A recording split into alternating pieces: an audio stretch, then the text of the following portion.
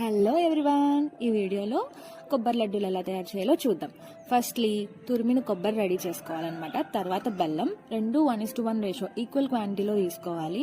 తర్వాత కడాయిలో డైరెక్ట్గా రెండు కలిపి మిక్స్ చేసేసుకొని స్టవ్ ఆన్ చేసుకొని లో ఫ్లేమ్లోనే పెట్టుకోవాలి. తిప్పుతానే ఉండాలన్నమాట. తిప్పుతా ఉంటే అలా వాటర్ అది పైకి వస్తూ ఉంటుంది. తిప్పుతా ఉండండి. తర్వాత ఇంకా లాస్ట్లో బాగా గట్టి పడుతుంది. అది కొంచెం చూడండి, అలా ఉంటుంది అనమాట.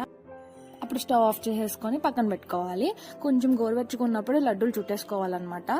అప్పుడు బాగుంటాయి లడ్డూలు. అదిగోండి మా వదిన చుట్టేస్తున్నారు చూడండి, లడ్డూలు చక్కగా చేసేస్తున్నారు. పక్కన మా చేసి చూడండి కొబ్బరికైతే ఎలా ఆడుకుంటుందో. ఇదిగో రెడీ అయిపోయిందమ్మా, తిను అంటే నువ్వు వచ్చి ఇవి అంటుంది అనమాట. ఈ వీడియో మీకు నచ్చిందా? Do subscribe.